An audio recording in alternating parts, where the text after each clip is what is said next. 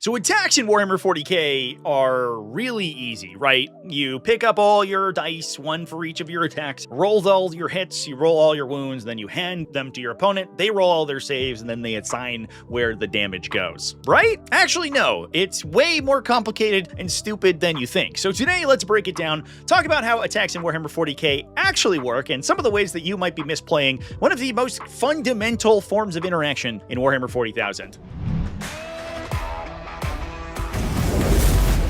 What's up, folks? Welcome back to TacticalTortoise. My name is Trevi, and it's time for another Ridiculous Rules. This is the video series where we take a rules concept of Warhammer 40k and break it down in excruciating and mind-numbing detail. Now, attacks are pretty strange. If you read through the Warhammer 40k core rulebook, you'll notice that the core engine of the game essentially determines that every single attack in 40k is resolved individually, meaning that when you go to roll an attack, let's say it's from a bolter on one of your Space Marines, you will roll its hit roll, then its wound roll, then hand that die to your opponent for the save. They'll assign which model takes the save, roll the saving throw, and then apply 1 damage if that save is failed. This is why you'll often notice that many abilities in 40k are worded in a weird way. For example, many things that say that you can reroll your hit rolls say that when you make an attack, reroll a hit roll of 1.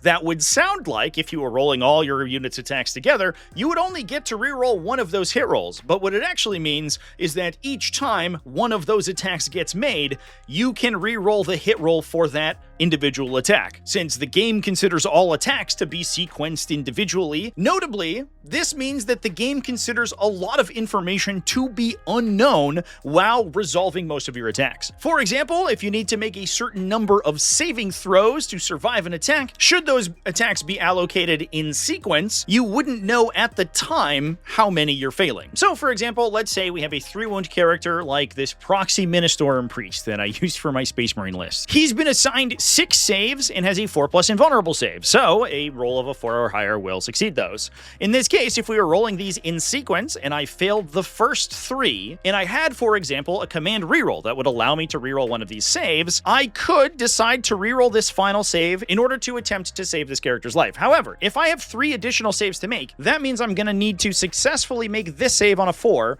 then make all of these subsequent saves to keep him alive. Now, if I'm working with perfect knowledge of all the rolls I'm going to get, and I know that all I need to do is make that one save in order to save his life, obviously this wildly changes if I'm going to decide whether or not to command reroll. Now, obviously, were every game of Warhammer 40k to be played this way, it would not work in practice. Games would drag out for hours on end with resolving individual attacks one after another after another. Consider a unit of intercessors, for example, firing 40 times and rolling each individual one of your hit rolls, potentially rerolling it with those of moment, making a wound roll, then sending it to your opponent, each individual dice at a time. That would be terrible and no one would play that game. So fortunately for us, the fast dice rolling rules exist. This is a special rules cutout in the Warhammer 40k core rules on page 24 that describes situations in which the rules allow this process to be simplified by rolling multiple attacks together. These rules circumvent the otherwise rules as written, even though it would technically grant additional information. In the example of the priest before, using fast dice rolling, you now know how many saves you're going to need to pass out of a pool in order to succeed that dice roll, which gives you a lot of additional control. Now, I'm going to break down this rule section exactly as it's written. However, I'm going to note that in most cases, following the letter of the law is largely unnecessary. The only times where exactly following the correct sequence matters is if some sort of dice manipulation is in effect, so rerolls or something similar, or where the mechanics of damage and save allocation might come into play, which are examples that I'll discuss later. So essentially times where you could reroll or you can optionally change specific results. If you have an effect on your attacks that allows you to reroll any hit roll that you want, and all you're doing is rerolling your misses, exactly how many misses that will be doesn't really matter to either player. So in many cases, it's good etiquette to kind of roll more attacks together than you would normally be able to, just to speed up the process of the game.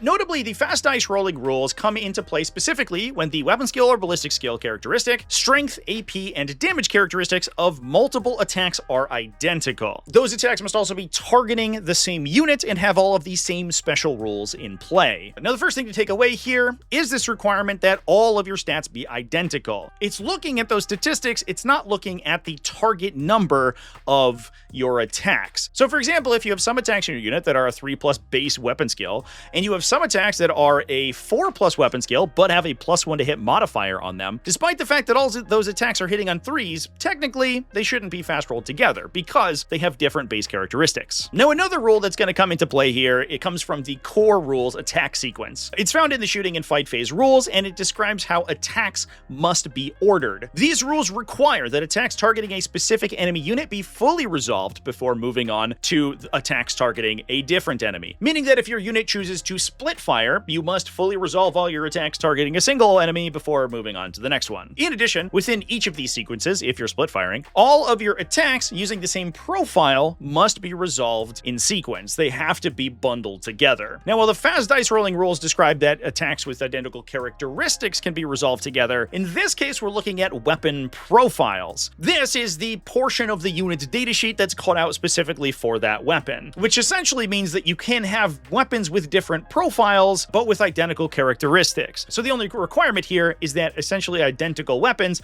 have to be resolved together. Meaning that if, for example, you have a Storm Bolter and a Heavy Stubber, both weapons that are Strength 4 AP 0/1 damage, they are technically different profiles and you don't have to resolve them in sequence. However, if you do so, the fast dice rolling rules, because they have the exact same characteristics, allow you to bundle them all together into one big set and roll them at the same time. However, this does let you do some weird stuff. So for example, let's say we're taking this Gladiator and we're shooting into a unit of Terminators. The Terminators have a wounded model that's on 1 wound, so that this sequencing matters. In this case, the Gladiator, in addition to a turret-mounted weapon, also has a pair of Storm Bolters, as well as a Heavy Stubber and an Icarus Rocket Pod. The Storm Bolters and the Heavy Stubber are both Strength 4 AP 0/1 damage weapons, however, they are different profiles, and the Icarus Rocket Pod is a Strength 8 AP 1/2 damage attack. In this case, we have a wounded Terminator, so what we could do is take one of the 1 damage weapons and fully resolve that attack, killing the Terminator. Then, now that we have unwounded Terminators, we can go through and attack with the Icarus Rocket Pod. Now, keep in mind that you do have to fully resolve each of those weapon profiles in sequence, so all the Storm Bolters together have to be rolled simultaneously, and generally speaking, you're going to fast dice roll those and roll them all together in one big batch. Target now it has unwounded models, so we want to use the higher damage weapon. In this case, let's say that the Icarus Rocket Pod inflicts 1 successful wound that goes through the armor save and leaves a Terminator on 1 health. Now, we have another 1 damage weapon since we can fire our Heavy Stubber to try to resolve and kill that Terminator by dealing that 1 additional damage. And for clarification, once again, the reason it works this way is that the making attack rules require that all weapons using the same profile be bundled, not necessarily weapons with the same characteristic. Weapon profiles include all of their characteristics, which includes any of their special keywords, as well as range, damage, armor penetration, and all stuff like that. So if you have a bunch of different Strength 4 weapons, you can sequence them kind of however you want to, just with the requirement that if you have multiple of the same weapon, all those weapons must be bundled one after another. In service of this, the fast dice rolling rules are entirely optional, and you, as the attacking player, are allowed to sequence those weapon profiles in whatever order you wish. The fast dice rolling rules do allow you to roll any identical attacks together in one batch if you want to, but they don't require you to resolve them in any particular order. You simply have to resolve identical weapons next to one another in the sequence. Now, at this stage, I also want to make a note about toughness values. I'll be discussing the rules today assuming a consistent toughness across the entire defending unit, which is generally speaking the case in almost every situation in Warhammer 40k. With some exceptions, for example, runt herds and Deathwatch kill teams, you can have multiple toughness characteristics in a squad, and in those cases they'll have some special rules about when toughness characteristics carry over. Otherwise, in every other situation in which you have a unit with multiple different models that have different toughness characteristics, you will always assume that the unit has the highest toughness characteristic amongst non-leader models inside that unit. So for example, example, attaching a high toughness character like Marnius Calgar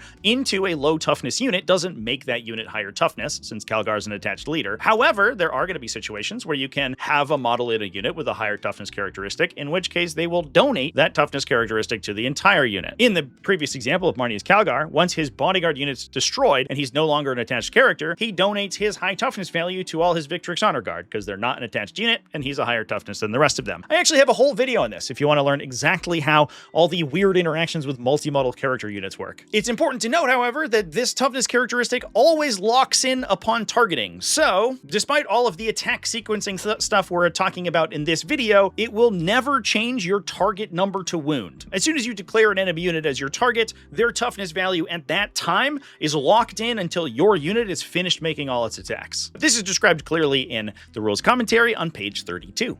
Now, once all your hits and wounds are rolled, it's time for the defender to allocate those attacks. This means they'll declare a model to which that attack will be directed. They'll then make a saving throw based on that model's saves, and suffer damage if they fail the save. Now, there are some restrictions on this process. The defender is eligible to select any model in their unit to take a saving throw. However, if they have a model that has either already taken wounds from earlier in the game and is carrying those wounds over, they must allocate to that model, or if they have a model that's previously been allocated saves during that phase, they must allocate to that model instead, even if they saved all of those attacks from a previous unit attacking. This means that even if you're making all of your saves, you're not able to move the model taking saves around the unit during an attack sequence to take the most optimal saving throws. This effect persists between attacking models and units, so if you have different save characteristics in your own unit, and you allocate an incoming attack to one of them, your opponent can then capitalize by sequencing attacks that are better against that particular model next. For example, if you have a model with no invulnerable save, but a high save characteristic in your army, and you assign a bolter shot to them, that AP0 1 damage weapon that they easily shake off,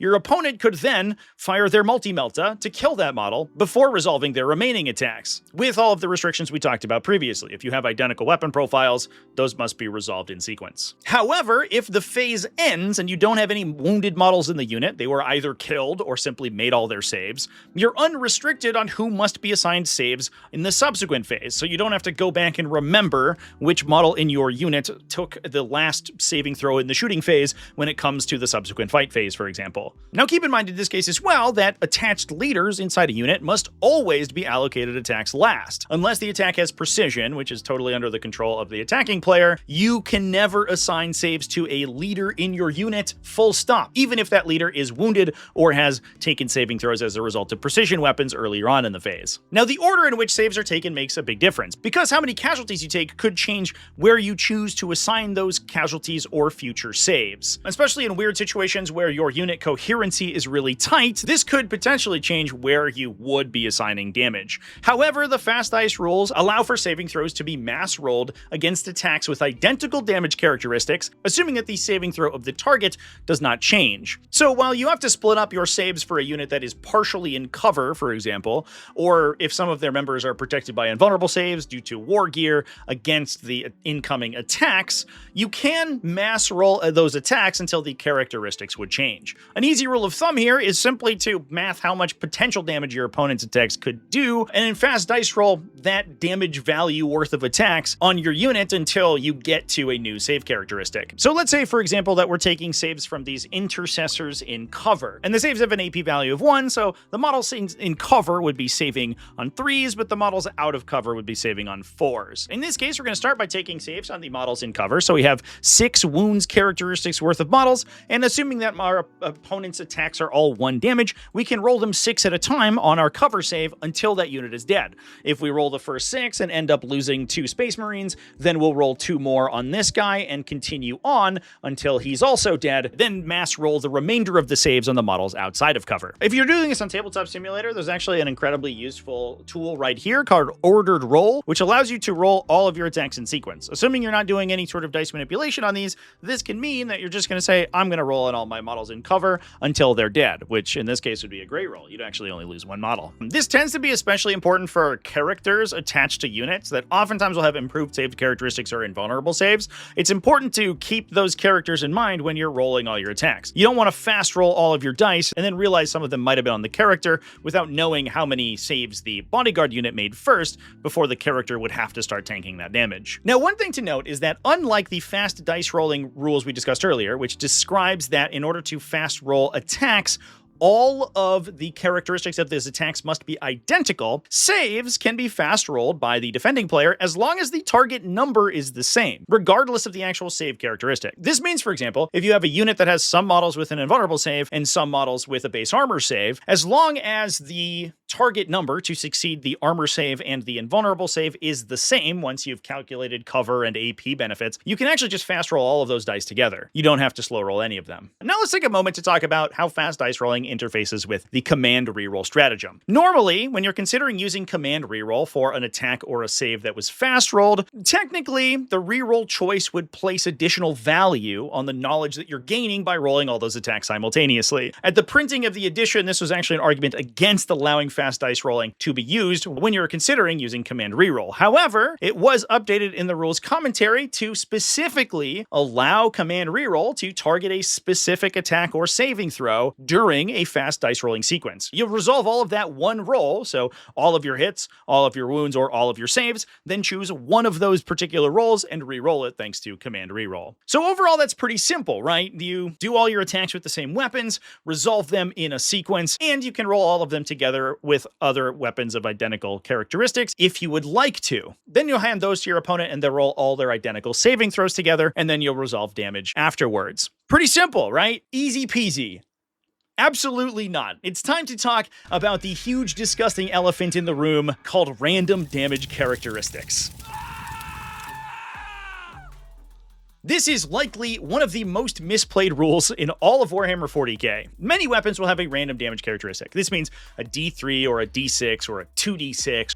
This means that the damage characteristic of that weapon is not known until a saving throw is failed. At that point, you will determine the damage of that particular attack. Random damage can have super weird implications on how 40k's attacks are resolved. It adds another instance of hidden information into the sequence. It's now a mystery, not only which saves will be failed, but also the damage characteristics of all of those saves. When applied to multi-model units, this has even more severe implications, since the exact order in which those attacks are allocated can result in spillover damage to destroyed individuals. For this reason, there's a special cutout in the bottom of the fast dice rolling section that specifies that attacks with random damage cannot use fast dice rolling past the attack allocation step. This means that once the wound roll is successful and the defender assigns which model will take that save, saving throws and damage must be resolved individually. Now, notably, the section provides an example of resolution for a multi-model, multi-wound unit. In that particular case, a number of attacks with that dealing D3 damage being assigned to a unit with 2 wounds. Obviously, exactly which models take which damage characteristic of each of those attacks in order makes a lot of sense. If you roll a 1 for damage, it's going to take a whole additional attack to kill that model. However, if you roll a 2 or a 3, it's going to kill a model outright, and the order in which that matters can result in lost efficiency on the random damage weapon side. However, it's important to note that there is no cutout for a non-multi-model unit. So for example, an Intercessor squad being attacked by a Warp Blast, that's a 2-wound unit, being attacked by a D3 damage weapon, must be resolved in the same way as a Land Raider, a single entity 16-wound unit that's receiving several wounds from D6 plus 1 damage las cannons. Now, most of the time, whether or not saves and damage are fast rolled together doesn't make too much of a difference. That Intercessor squad we talked about earlier, fast rolling all of its saves and then slow rolling the damage, is going to end up with exactly the same result as rolling them one at a time in sequence. For the same reason, that Land Raider that's failed several saves to las cannons, receiving all of those las cannons to a single pool of wounds doesn't really matter in the order in which those las cannons are resolved. So 90% of the time, you're fine fast dice rolling these attacks anyway. However, it does get really weird once rerolls are in play. Since allocated random damage attacks cannot be fast dice rolled past that allocation step, any information gained from rolling saves or damage results together cannot be used to to inform the decision to use command reroll. And in this case, since those rolls explicitly cannot be fast dice rolled, as defined in the fast dice rolling rules, the clause that was added to command reroll that allows it to be used alongside fast dice rolling doesn't apply at all. For this reason, the correct way to resolve any save or damage roll involving random damage weapons is to slow roll them one at a time until you make the decision to reroll. However, this does give you a little bit of a benefit. Since all of these attacks are technically fully resolved one at a time, technically you should know the damage characteristic of all previous attacks in the sequence as soon as that save is made. Let's say, for example, that we have our gladiator here that's making 5-up saves against a d6 damage weapon. Its first save result is a 4, so the saving throw is failed and the opponent assigns damage. They must then roll that dice to determine how much damage that weapon deals. From there, however, we get to roll our second saving throw, and we will know whether or not the throw is failed, and whether or not, once failed, the attack could potentially kill the tank. So for example, let's say that the gladiator has received 5 damage from the first 2 attacks in the sequence and is left on 7 wounds. If it then fails the third save in the sequence, and the attack could only potentially do 6 damage, leaving it on 1, you already know that there's no chance that that attack could possibly kill the gladiator, so you know whether or not to re-roll it. Whereas if you had illegally fast dice rolled all of these rolls together, you wouldn't necessarily have that information. So there is a not insignificant benefit to correctly resolving the sequence. Ultimately, in most cases, it just saves time to fast roll your saves and damage on single targets from random damage weapons. Just keep in mind that if you do so, you cannot legally then go back and fast dice roll those results once you know information of future attacks in the sequence. I see this rule misplayed constantly because people don't realize that random damage weapons actually are specifically cut off from using fast dice rolling in this way. I just want to clarify a couple things about this particular rule. First of all, the reason that it works this way is because the restriction against fast dice rolling locks in on attack allocation, which is the step before you go to the saving throw. So following that through line, that would mean that the saving throw cannot then legally be fast dice rolled. It is true that the example given in this section of the rules does discuss a multi-model unit, so whether or not this rule is meant to apply to single model units like big tanks and monsters and stuff like that is a little nebulous. However, nothing in the rule states that it only applies to specific types of units, so theoretically all random damage weapons must be slow rolled for saves and damage rolls. It is a rule, however, that is oftentimes played by certain event circuits or certain communities in a different way, and if that's how your entire community tends to play it, that's totally fine. It is a little bit of a weird idiosyncrasy of the rules, and it would certainly not be a clause that I would be against being cleaned up or removed in the future, because it does just generally slow down games and tends to confuse a lot of people. That said, if you are going to be playing strictly by the rules as written, this is how the rule does technically resolve. And with that, that's our ridiculous rule for today. Let me know down in the comment section what you think about this and some of the things you can do with weird attack sequencing in Warhammer 40,000. Thanks for watching all the way to the end of the video. Thanks as well to everybody who supports Tactical Tortoise, either over on Patreon at patreon.com/TacticalTortoise, YouTube channel members and Twitch subscribers. All you people are amazing, and I love you. Remember to keep it classy, folks, and have happy wargaming.